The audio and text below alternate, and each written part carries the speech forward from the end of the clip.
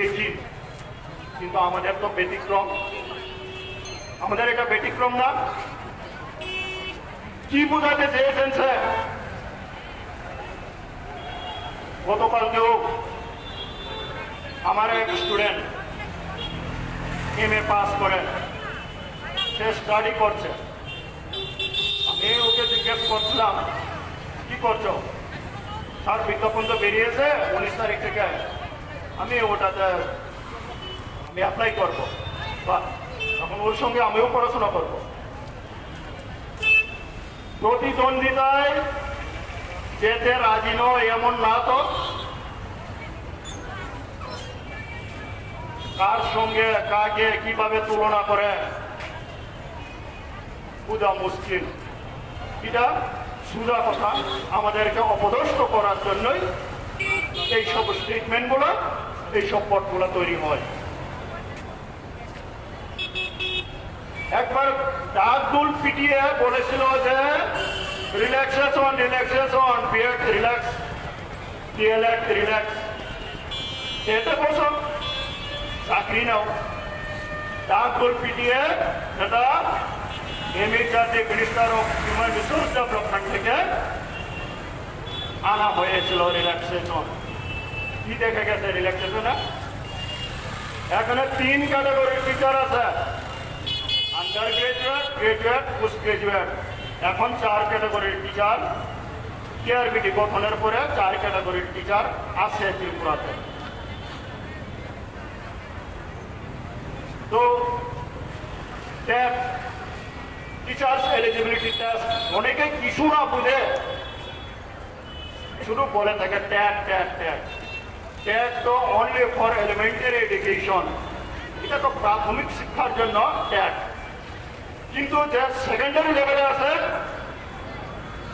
এবং higher secondary লেভেলে আছে, ওর জন্য কি রিল্যাক্সেশন দেওয়া হয়েছে?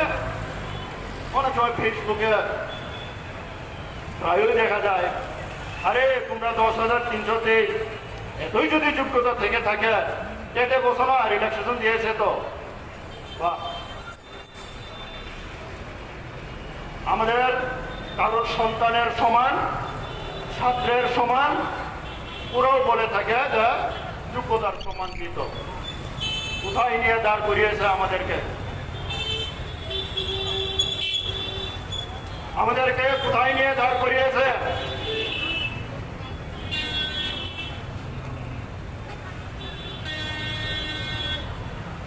আজকে কিচ্ছুই নেই, আমাদের একদম নিঃস্ব, কিচ্ছুই নেই। পথের ভিখারি বানিয়ে দিয়েছে, পথের ভিখারি বানিয়ে দিয়েছে। ওরা মনে করেছিল যে গ্রুপ সি পথ সৃষ্টি করে কিছু সংগঠন বানিয়ে আমাদেরকে ডিসমিস করার জন্য, কিন্তু পারেনি। মুখ্যমন্ত্রী বলেছিল একবার, কি বলেছিল? বলেছিল তোমরা ইউনাইটেড নয়, 10,323 ইউনাইটেড নয়, সেই কারণে চাকরি দিতে পারে না। এখন তো ইউনাইটেড হয়েছি আমরা, এখন তো একতা হয়েছি, যাও এখন যাও, এখন অসুবিধা কোথায়?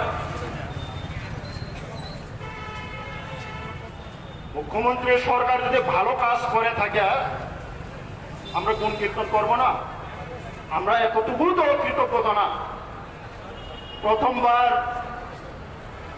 সরকার গঠন করার পরে তখন তো তোড়জোড় লেগেছিল অভিনন্দন জানানোর জন্য। আমরাও তো ছিলাম, অভিনন্দন জানিয়েছিলাম, অনেকবার অভিনন্দন জানিয়েছিলাম। স্কুল অচল হয়ে যাবে সেই কারণে এক্সটেনশন আনা হয়েছিল 2020 একাডেমিক সেশন পর্যন্ত। তো 17 মাস এক্সটেনশন আনা হয়েছিল। 17 মাস যখন এক্সটেনশন আনা হয়েছিল, তখন আমরা অভিনন্দনের জোয়ার বাঁচিয়ে দিয়েছি। অভিনন্দন করতে করতে আগরতলা শহর বাঁচিয়ে দিয়েছি, এবং আগরতলা বাসে আর প্রমাণ আছে। একবার মাতঙ্গিনী প্রীতিলতা একবার রবীন্দ্র ভবন এবং সর্বশেষ আষ্টভবন হাজার হাজার আজকের মতোই জনজোয়ার হয়েছিল। করেছিলাম তো অভিনন্দন। আমরা কি এমনি এমনি কারোরই নিন্দা করতে চাই? তাদের সঙ্গে আমাদের কি শত্রুতা? কোনো শত্রুতা নেই তো। আমি বিগত দিনেও বলেছিলাম আমরা ছাদে এখানে রাস্তাতে বসে থাকিনি। ছাদে আজকে কিছুক্ষণের জন্য যে স্বাভাবিক জীবনযাত্রা বন্ধ করিনি।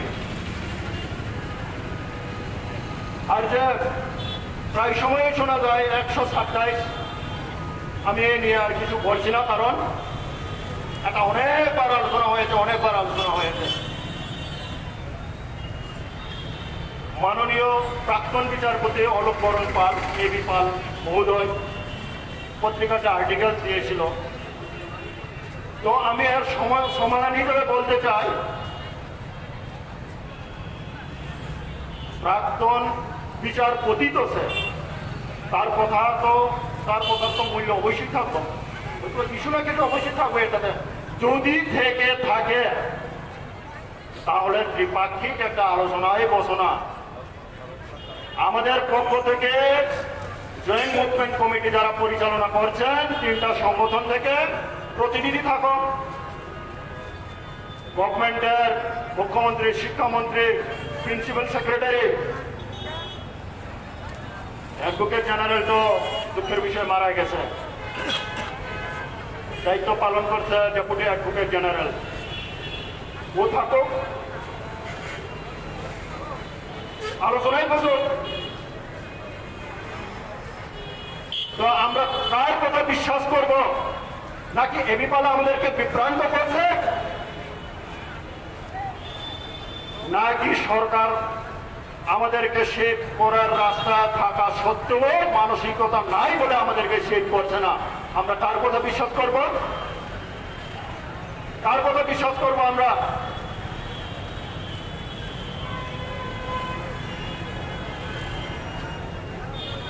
তো এও যদি না হয়, 13,000 পোস্টে তো আমরা বিভিন্ন মতবাদ এই ব্যাপারে।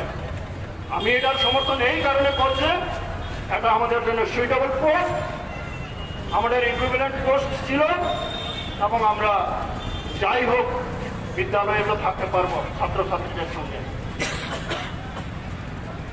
এটা রিভাইভ করুক না, এটা রিভাইভ করুক।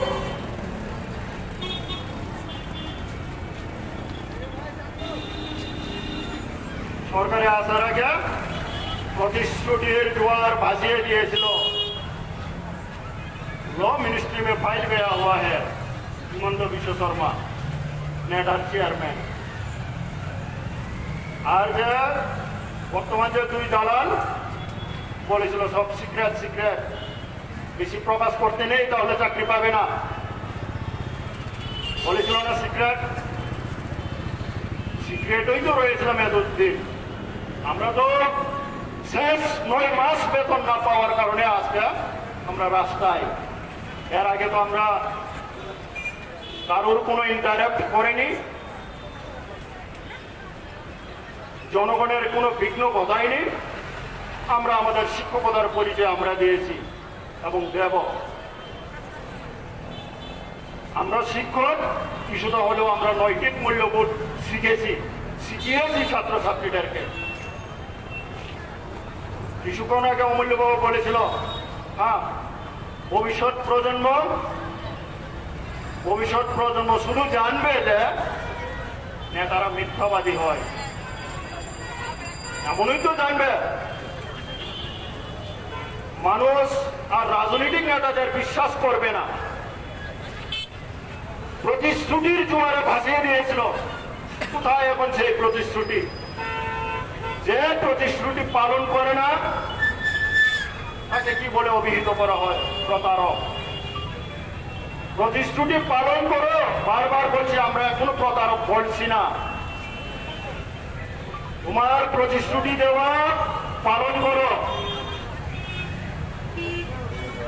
বলেছিল তখন। মজবুত সরকার নেই, ডাবল ইঞ্জিন কি হয়েছে? ডাবল ইঞ্জিন, ডাবল ইঞ্জিন তো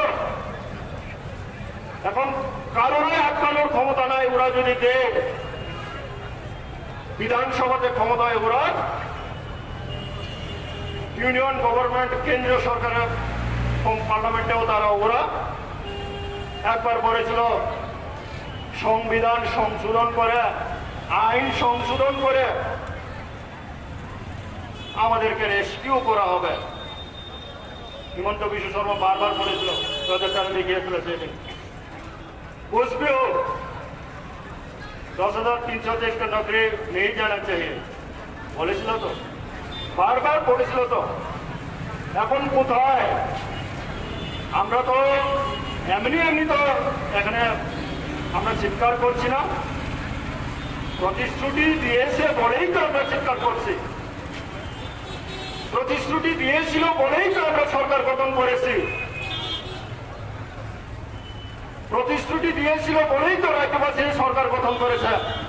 এখন কিছু ব্যাটার করে দেখার, মানুষ তো ব্যাটার চায়,